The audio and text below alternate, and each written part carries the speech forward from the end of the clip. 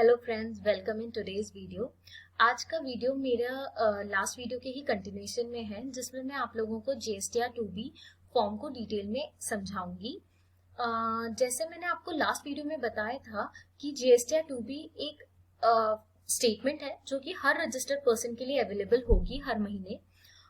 उसमें जो information collect होगी वो जीएसटीआर 1, जीएसटीआर 5 एंड जीएसटीआर 6 जब सप्लायर फाइल करेगा उसके बाद जीएसटीआर 2B में इंफॉर्मेशन रिफ्लेक्ट होगी।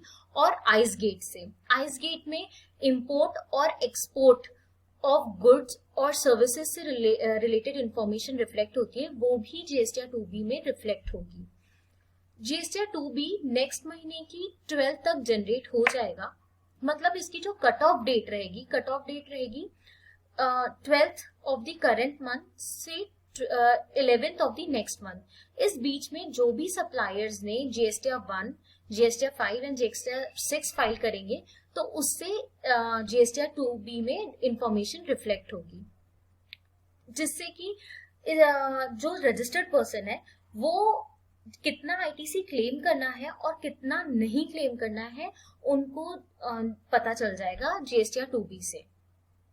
तो आइए मैं आपको जीएसटीआर 2B का सफर पे ले चलती हूँ। और अगर आपने मेरे चैनल को सब्सक्राइब नहीं किया है तो प्लीज इससे पहले सब्सक्राइब कर लीजिए, जिससे आपको ऐसे ही एजुकेशनल वीडियो मिलते जाएं। तो जब आप जीएसटी साइट पे लॉगिन करेंगे और पीरियड सिलेक्ट करेंगे तो कुछ ऐसा विंडो दिखेगा जिसमें आपको जीएसटीआर 1 या आईएफएफ पोर्टल का ऑप्शन दिखेगा, जीएसटीआर 2A का ऑप्शन दिखेगा और जीएसटीआर 2B का ऑप्शन दिखेगा। तो जीएसटीआर 2B में आप देख सकते हैं ऑटो ड्राफ्टेड आईटीसी स्टेटमेंट लिखा है। मतलब कि ये एक स्टेटमेंट है इंफॉर्मेशन पर्पस के लिए, ये रिटर्न नहीं है। मतलब हम इसको फाइल नहीं करेंगे, इससे सिर्फ हमें इंफॉर्मेशन पता चलेगी इनपुट टाइप से रिलेटेड कि कितना हमें अवेलेबल है और कितना नहीं है। जैसे ही आप जीएसटीआर 2B में क्लिक करेंगे कुछ ऐसे विंडो ओपन हो जाएगी। जीएसटीआर 2B दो पार्ट्स में है, एक समरी फॉर्म में है और ऑल टेबल फॉर्म में है, मतलब डिटेल्ड फॉर्म में है। समरी फॉर्म में भी आपको दो सेक्शंस मिलेंगे, एक ITC available and ITC not available. ITC available में आपको दो पार्ट्स दिखेंगे, part A and part B. Part A जो है वो क्रेडिट कितना अवेल कर सकते हो उससे रिलेटेड है। उसमें भी अलग सेक्शंस हैं कि आपका सबसे फर्स्ट सेक्शन जो है वो है ऑल अदर आईटीसी। मतलब कि इसमें जो नॉर्मल आईटीसी है that is other than reverse charge, उसके रिगार्डिंग इंफॉर्मेशन रिफ्लेक्ट होगी कि आपको कितना आप इसमें क्लेम कर सकते हो। अगर ये नेगेटिव अमाउंट होता है तो आपको उसको रिवर्स करना रहता है। और जीएसटीआर 2B में एक ये अच्छी बात है कि आपको ये तक बताती है कि आपको जीएसटीआर 3B में कौन से टेबल में ये इनपुट क्लेम करना है। मतलब आपको 3B फाइल करने में भी हेल्प मिलेगी। और यहाँ आप हेल्प वाले ऑप्शन में क्लिक करेंगे तो आपको ये तक बताया गया कि अगर इस कॉलम में पॉजिटिव रहता है अमाउंट तो आप मतलब उस क्रेडिट को अवेल कर सकते हैं और कौन सी टेबल पे, जीएसटीआर 3B की कौन सी टेबल पे आप उसको अवेल कर सकते हैं। और अगर नेगेटिव है तो आपको उसको रिवर्स करना है। तो नेगेटिव क्यों हो सकता है? तो नेगेटिव के भी कुछ कारण हो सकते हैं, जैसे कि अगर B2B में अमेंडमेंट आता है या फिर डेबिट नोट इशू होता है, उन दो केसेस में आपका यहाँ पर अमाउंट नेगेटिव हो सकता है। तो आपको इसका मतलब है वो रिवर्स करना है। वैसे ही सेक्शन 2 जो है वो inward supply from input service distributor show करता है। मतलब जब आईएसडी सप्लायर्स अपनी रिटर्न फाइल करेंगे जीएसटीआर 6 तो इस कॉलम में इंफॉर्मेशन रिफ्लेक्ट करेगी। और जब नॉर्मल असेसीज मतलब जिनको जीएसटीआर 1 फाइल करना है वो फाइल करेंगे तो आपको first section all other ITC supplies from registered person में रिफ्लेक्ट होगा। वैसे ही सेक्शन 3 बताता है invert supplies liable for reverse charge. मतलब कि ऐसी कौन सी सप्लाईज है जिसमें हमें रिवर्स चार्ज बेसिस पे टैक्स जमा करना है, और जब हम टैक्स जमा कर देंगे तो हम उसका क्रेडिट क्लेम कर सकते हैं, वो इस कॉलम में शो होगा। यहाँ पर आपको हेल्प वाली में आप जैसे क्लिक करेंगे तो इसमें ये तक बताया जाएगा कि जब आप आपको कौन से जीएसटीआर 3B में कौन से टेबल पे इस पर टैक्स, रिवर्स सप्लाईज पे टैक्स जमा करना है। तो वो टेबल 3.1 का डी पार्ट में आपको जमा करना रहेगा। और जब आप जमा कर देंगे तो आप उसका क्रेडिट कौन से टेबल में, जीएसटीआर 3B की कौन सी टेबल पे क्लेम कर सकते हैं क्रेडिट, वो तक इसमें शो करा है। तो इससे क्या है, हमें जीएसटीआर 3B भरने में भी काफी हेल्प होगी, कुछ गलती नहीं होगी। फिर जो फोर्थ सेक्शन है वो इंपोर्ट ऑफ गुड्स से रिलेटेड है। ये जो इंफॉर्मेशन है ये आइस गेट से उपलब्ध होगी। जब आइस गेट में इंपोर्ट की डिटेल्स जाएंगी तब यहाँ पर आएगा, तब यहाँ पर इंफॉर्मेशन रिफ्लेक्ट होगी। मतलब कि इंपोर्ट ऑफ गुड्स में जब हम आईजीएसटी पे करते हैं और वहां पर जब इंफॉर्मेशन रिफ्लेक्ट होती है, देन यहाँ पर वो आईजीएसटी रिफ्लेक्ट करेगा जिस बेसिस पे हम इसका क्रेडिट ले सकते हैं। और अगर ये नेगेटिव है फिगर तो आपको रिवर्स करना है। तो ये तो हुआ पार्ट ए। पार्ट ए बताता है कि हमें कौन से ऐसे क्रेडिट्स हैं जो हम क्लेम कर सकते हैं जीएसटीआर 3B में। आइए अब हम पार्ट बी देखते हैं। पार्ट बी जो बताता है वो आईटीसी रिवर्सल बताता है कि जो हमने पहले अपनी 3B में आईटीसी क्लेम करा है उसको अब हमें रिवर्स करना है।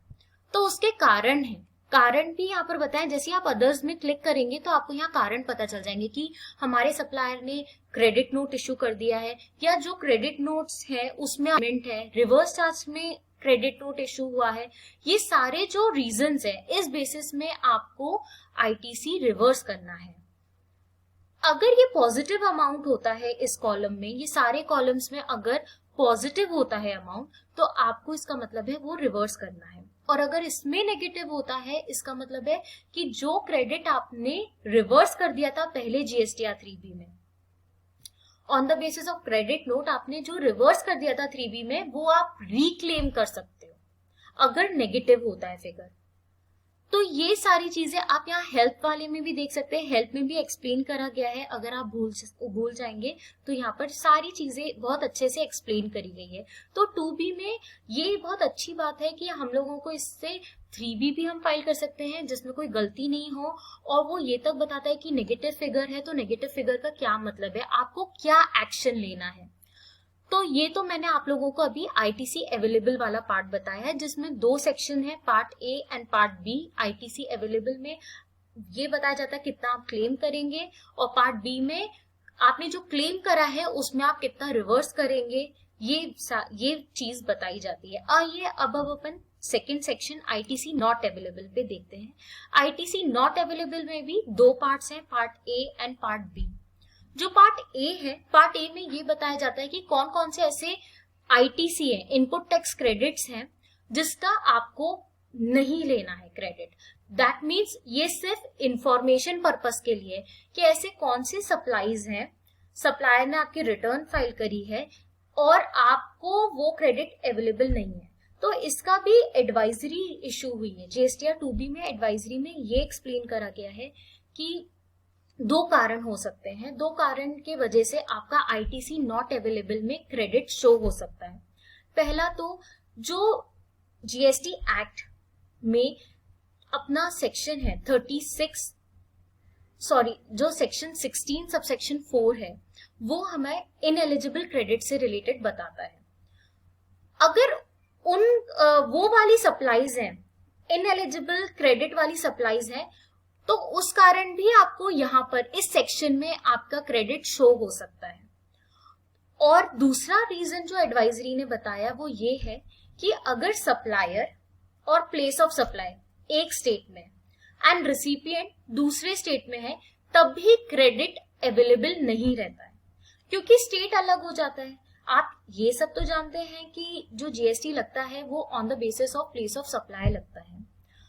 मैं आपको एग्जाम्पल के तौर पे समझाती हूँ कि मध्य प्रदेश का एक पार्टी है और महाराष्ट्र की एक पार्टी है। महाराष्ट्र ने मध्य प्रदेश से कहा कि हमें यही मध्य प्रदेश पे ही आप इतने गुड्स डिलीवर करवा दीजिए।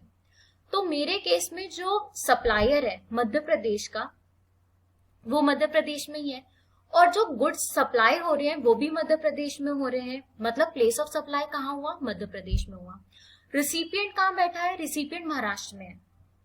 तो इन दिस केस जो जीएसटी लगेगा, तो क्या वो रिसिपिएंट उसका क्लेम ले सकते हैं? तो नहीं ले सकते, क्योंकि इस बिल में सीजीएसटी और एसजीएसटी लगेगा, ना कि आईजीएसटी लगेगा। बिकॉज प्लेस ऑफ सप्लाई अपनी कहाँ पर है, जहां पर सप्लायर है रजिस्टर्ड। तो इस वजह से जो सीजीएसटी एसजीएसटी है वो एमपी वाला होगा। जब एमपी वाला होगा तो महाराष्ट्र का जो बंदा है, महाराष्ट्र की जो पार्टी है वो क्लेम नहीं कर सकती है।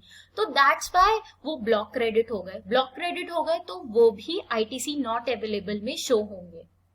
इसके अलावा और भी कारण हो सकते हैं, जैसे आपके सप्लायर ने लेट रिटर्न फाइल करी है। लेट रिटर्न कब, अगर एनुअल रिटर्न के बाद फाइल करी है, एक पर्टिकुलर ईयर के जो एनुअल रिटर्न जब जाती है उसके बाद उसने रिटर्न फाइल करी है, तो आप उसका क्रेडिट नहीं ले सकते, क्योंकि विद इन एन ईयर आपको क्रेडिट लेना पड़ता है रूल के हिसाब से।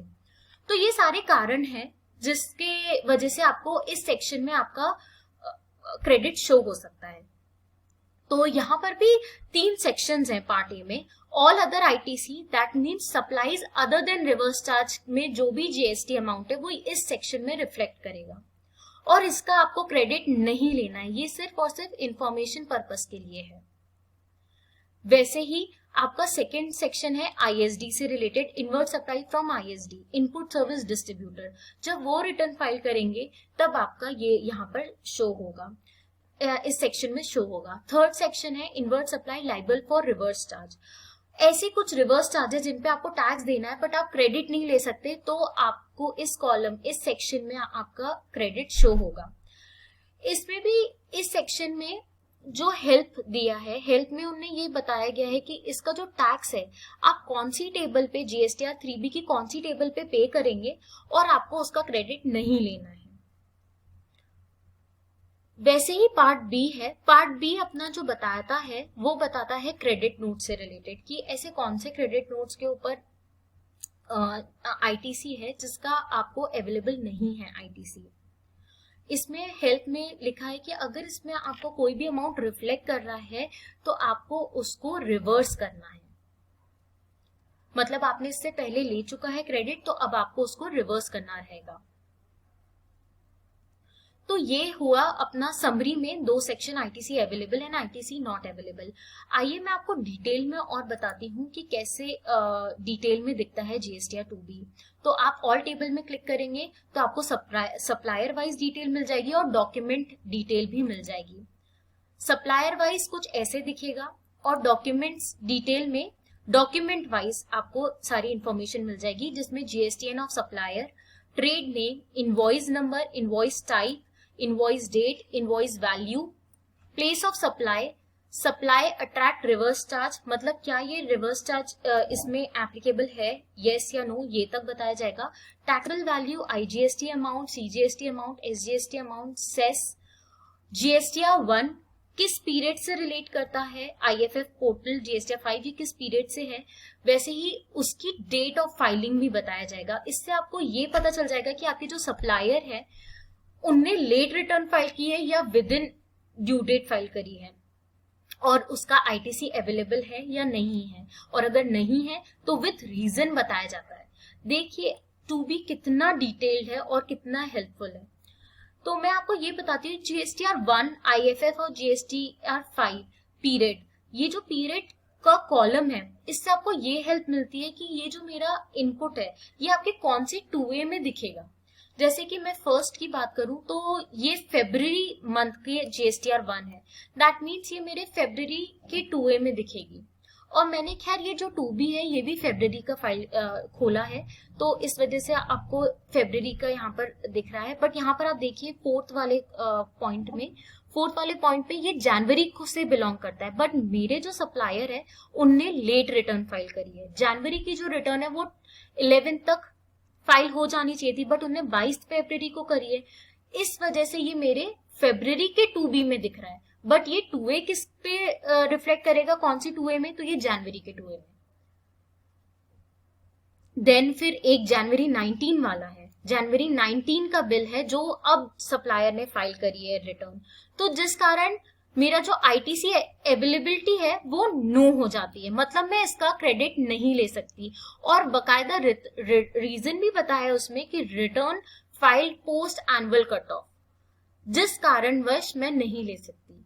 तो ये इतना डिटेल होने के कारण आपको ये तो बताता है कि एक पर्टिकुलर पीरियड में आपको कितना आईटीसी क्लेम करना है।